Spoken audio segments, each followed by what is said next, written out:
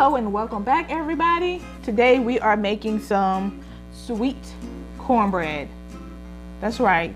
This ain't gonna be no comatose diabetes sweet, but it's gonna be sweet enough. Let's get started.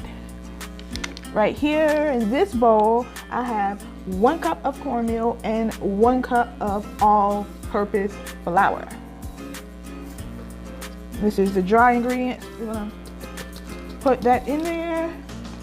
And sometimes, is it just me? Or like when I watch recipes, like sometimes when I'm watching people cooking, I think some things that I don't see some people do enough.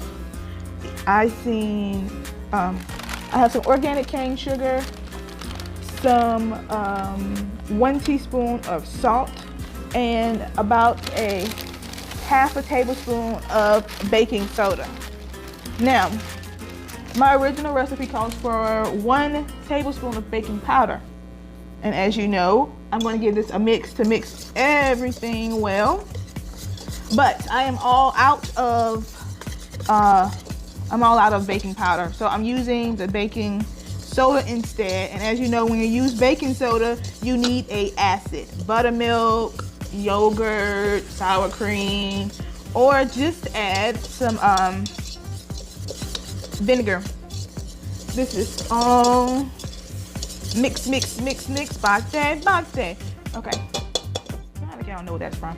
Okay, next I have the wet ingredients here in this very full bowl right here. Okay, I have 2 eggs, 1 1/4 cup of milk. Then we're going to add a 1/2 cup of oil right in here. Oh, what I was saying before I got off track, which, I do that. Anybody else do that? Seriously, my mind is like the wind, here, there, and, everywhere. Anyway, people do that I've watched is they don't scrape down their bowls and stuff to get the last remnants of. This is 3 tablespoons of unsalted melted butter. I'm gonna add this in here. You see how I'm getting the rest of the ingredients that's, I would say, stuck to the container out. Not a lot of people do that. All that goodness in there. Call me frugal, call me what you want to, but I'm getting what's mine. This is honey.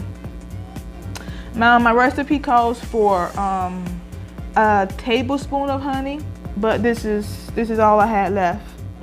So I oiled this measuring cup, and then I put the honey in it so that it would slide right out.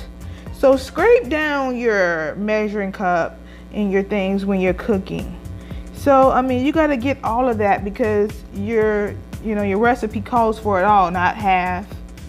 And plus, it makes it easier for you when you have to clean. So we got all our goodness in here. Let's whisk this up. Just whisk. And I'm just going to use this a little slow, almost. Mix until you see no more flour. All of that is gone. I don't see anymore. Hope you guys can see that. Yes. Okay, so I'm gonna do 1, 2, 3, 4, 5. That's it. Done. Because I do not want to overmix my cornbread. I have my oven preheated for 375. Look at those bubbles. Okay, I have my non-stick. I have a mini measuring cups. The best way to do this is an ice cream scoop. So I'm going to fill these up.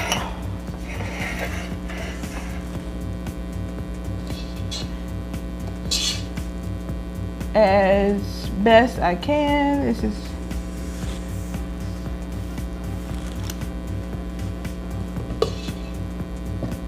You know what, this ice cream scoop might not have been the best thing to do this with. I mean, I'm gonna make my life no harder than it gots to be.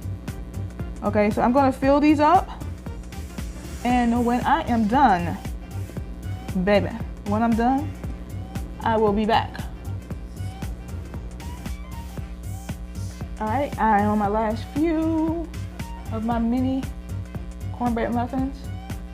And I know what you're wondering. Why can't I pour this in a 13 by 9, or can I pour this in a 9-inch cake pan, or whatever vessel, whatever. Okay, now when you do that, the times may vary.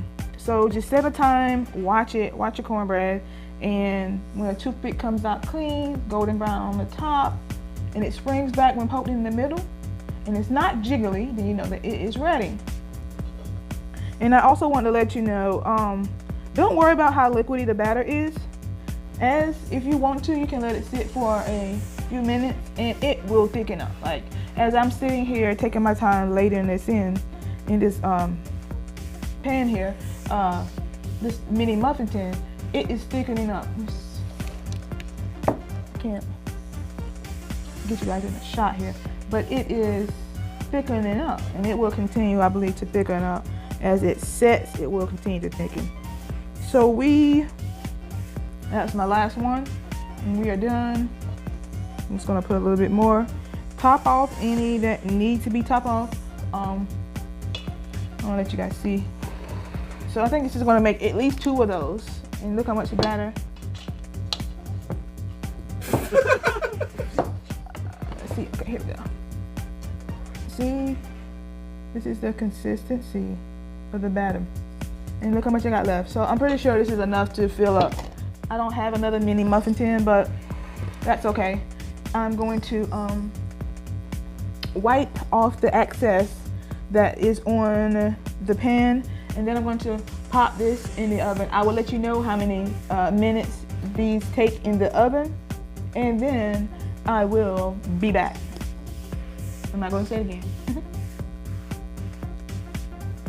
I was just about to pop these in the oven, and I wanted to tell, this is a very important step to do with your cakes, with your cupcakes, or any muffins that you make.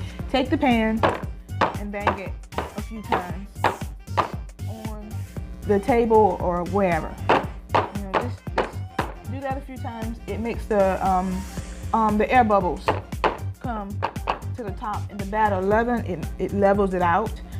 Here's my pan. Obviously, it did not just come out the oven, but I had some little critters that came in here and ate quite a few. So if this does not prove to you that this recipe is awesome, I don't know what is. So I need to use this again to make another batch. So I'm gonna take these out, put them on the cooling rack, and then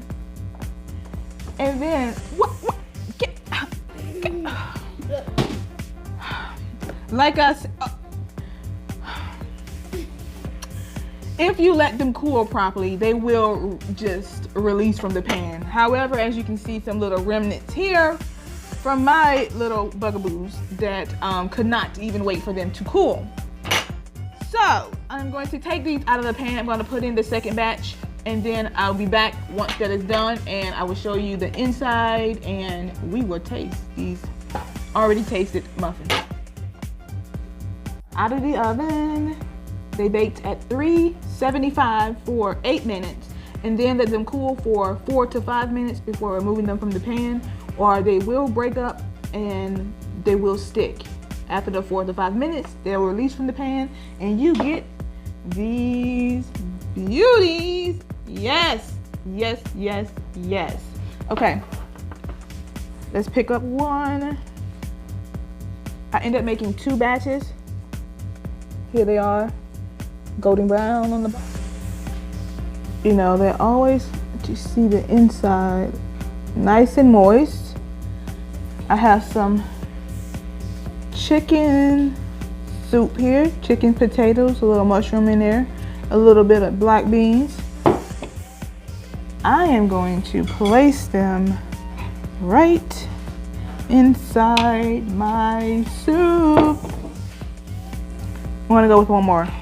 Go great with your collard greens, any kind of greens, cabbage, your chili. It's cold. That's why I made this soup. Okay, I'm gonna blow because it's hot.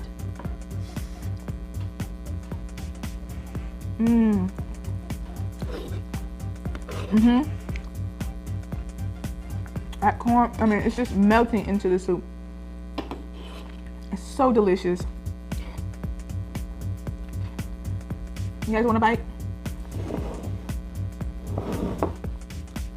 If you're new to my channel, please consider subscribing. Below, leave me a comment. And if you're leaving right now, at least you can do is give me a thumbs up before you go. So subscribe if you stay this long. That means you like my content. Help me get to 1,000 subscribers. Come on. We can do it. All right, thanks for watching my video. I hope you found something helpful. Like, comment, and subscribe. And until next time, remember that peace is power. Bye-bye.